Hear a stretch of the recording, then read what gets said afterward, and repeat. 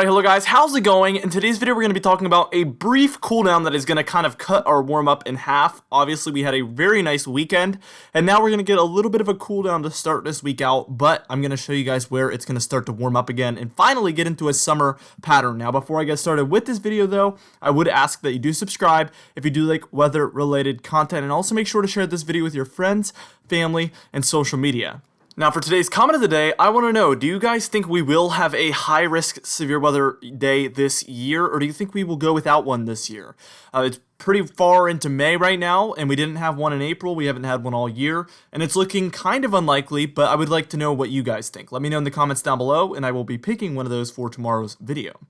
So we're starting things out looking at Friday's temperature anomalies just a couple of days ago, and we had warm temperatures there for the northeastern and the mid-Atlantic United States, pretty much average for a lot of the central and eastern United States though.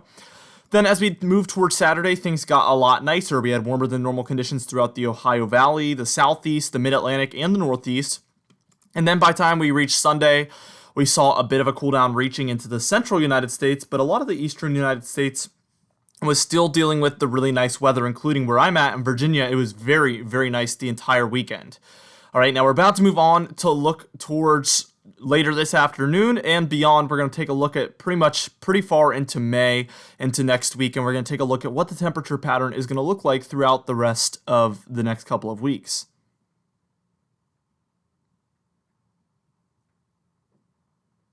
Alright, and here we are taking a look at this afternoon, Monday, May 18th, and you can see that by the time we're reaching this afternoon, it's actually quite nasty out there along the coast here. We have some rain going on because of our tropical storm that is just offshore, but we're going to be dealing with some colder than normal conditions making their way in. It's only in the 60s where I'm at, which is a little bit below average, so I think these temperatures have already really set in by this point. We're seeing a lot of blues and deeper purples, and that's indicating areas that are pretty well below normal here for a lot of these regions, and it's quite unfortunate. We were looking forward to a big warm up, but really we're seeing a little bit of a cool down here move in once again, and it's going to be quite short-lived. That's the only good news that I have. I know a lot of you are pretty much hoping for warm weather, myself included, because I just really want the summer weather to set in at this point. We didn't have much of a winter, and then spring has been really cold and just kind of not really seeing a lot of warm weather. It's been pretty nasty. 2020 has not been a very fun weather year so far. We'll see what happens though as we move forward. Alright, so let's go ahead and take a look at Tuesday afternoon, which is going to be tomorrow, May 19th, and you can see it's going to get even colder. A lot of those purples and pinks pretty much spreading throughout portions of the mid-Atlantic, the northeast, and the Ohio Valley. Even the southeast dealing with some of these colder than normal conditions. Very, very nasty weather out there, guys. What we're going to do is we're about to move on towards Wednesday, so the middle portion of the week, and then we're going to take it all the way to the weekend.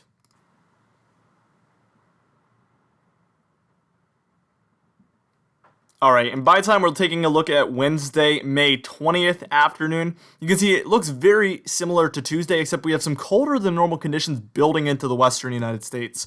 And that's important because, well, mostly because that's a negative PNA look. When we see against the west coast a lot of colder than normal conditions, that looks like a negative PNA, and what that would encourage is the warmer than normal conditions being able to breach up into the eastern United States. So I'm expecting that on the next couple of frames, actually I know we will because I've seen this already because I put this together, but I'm expecting in the next couple of frames we will see warmer than normal conditions build into the central and eastern United States, because partly due to that negative PNA look that we have out there in the western United States. But for the time being, you can see we are dealing with colder than normal conditions there for the central and eastern United States as of Wednesday afternoon.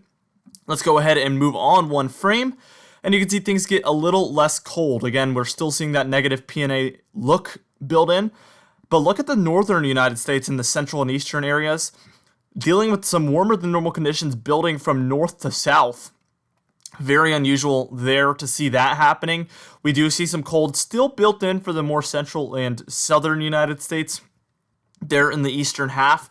But really, I think that that's really fizzling out, because we saw Tuesday and Wednesday were much colder than normal comparatively to Thursday here that we're looking at now on May 21st. So I'm expecting on the next couple of frames we will be looking at a warm-up finally, and we're going to see that cool down really fizzle out by the time we're moving on to the next frames.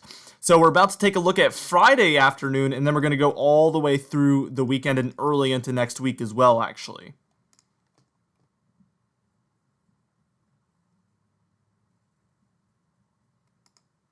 All right, and here we are at Friday, and take a look. We're finally seeing that cool down fizzle out. We're pretty confident in this one because this is not very long range. So I think the problem with the big warm up was that I started talking about it when it was very long range. And what happened is we saw something on a shorter scale really interfere with that warm up and kind of, I would say, cut it in half, because we saw a bit of a warm up in the weekend and then a cool down. And then obviously by next weekend, it's looking like we will see another warm up. So I talked about it a little too long range, and I think that's really what led to the inaccuracies there. Well, minor inaccuracies. There was a warm-up, it just wasn't as thorough as I expected originally, which I will admit. Obviously, I'm admitting that right now. But it is looking like we will see that warm-up return by Friday, May 22nd, as you can see here. In areas like the New England states there, you can see in the southeastern states as well, it is looking like there is some colder than normal conditions kind of scattered in there as well, though. Let's take a look at Saturday, and here we go. You can see that definitely is taking shape. That warm-up is happening. We see the cold in the west, again, a negative PNA look, which is very, very favorable for warmer than normal conditions in the eastern United States and the central United States sometimes, which in this case it is, because we see the plains and the Midwest are also well above normal. So we're going to see the nicer weather return for next weekend from Friday and through Sunday, it appears. So this is Saturday, looking very nice, well above normal temperatures throughout the central and eastern United States. Very, very good looking pattern there. You can see Sunday is pretty much the same story. So definitely dealing with some very, very pleasant conditions throughout next weekend. It's going to probably feel very summer-like, similar to how last weekend felt. I'm expecting, widespread 80s throughout a lot of the central and eastern United States. By the time we're reaching Monday, you can see that we do see some little bits of cooldowns reach some regions. We're seeing some weird anomalies there with just some colder than normal conditions, which obviously take with a grain of salt because, again, this is heading more towards the medium to long range, which is when accuracy starts to drop off. So at this point, what I'm most confident in is we're going to have a cooldown basically this week through into maybe about Thursday, and then we're going to start to see that warm-up return for Friday, Saturday, Sunday. That's where I'm very confident. As we head into next week, it becomes a little more iffy. All right, now we're about to take a look at the 5-day increments here on our GEFS model, which is our GFS ensemble model, and then we're going to take a look at what NOAA has to say, and then we're going to briefly talk about how that May outlook has gone from our direct weather May outlook.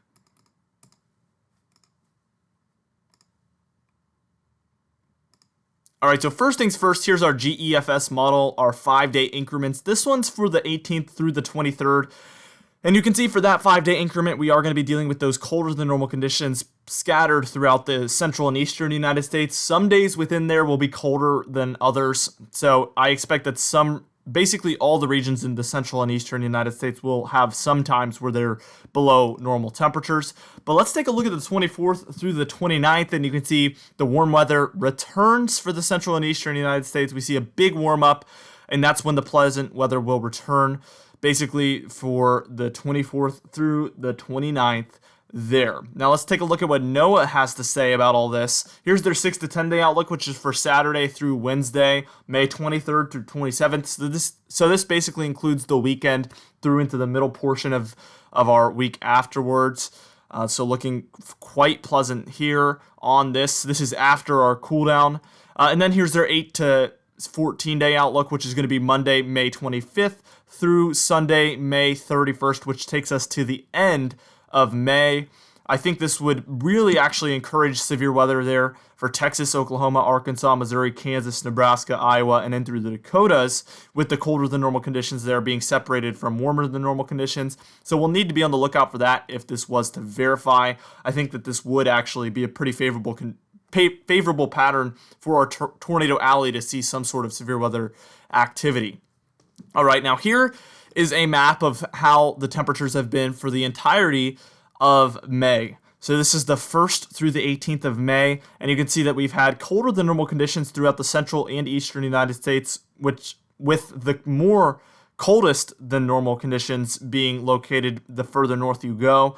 The further south you go in the southeastern United States, the closer to normal it is. And then also we were dealing with some well above normal conditions there for the southwestern United States and some slightly above normal conditions there for the northwestern United States.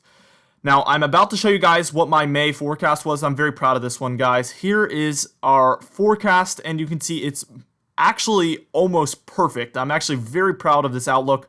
Let me know how this looks to you based on that map I showed before. Keep in mind, we will see this change a bit, obviously, because we still have 10 days left. But I think that we're pretty much locked into the fact that this will be quite accurate. I think as we see the warm-up for the southeastern United States, we will see them go above average. But the northern, I guess north central and northeastern United States are so far below normal to this point that even with the warm-up, they won't be able to, on average, be above normal for the entirety of the month. Anyway, guys, let me know how you think that did again, like I said. Now, for today's comment of the day, I asked you guys, which months do you think will be the most active for severe weather this year? Do you think April will go down as the most active, or do you think another month will? And Sebastian's Weather Channel said, I think April will stay the most active due to all the moderate risks. This one got a ton of likes, a ton of replies, and I definitely agree with this. I think the likelihood of another month being more active than this April one is very, very low at this point. I think we had something like 4 or 5 moderate risk days, which is a lot. And we saw tons and tons of severe weather. We had multiple tornado outbreaks, all sorts of very, very active severe weather events. Anyway, guys, thank you so much for watching this video. Again, be sure to share it with your friends, family, and social media. I will see you guys in the next video.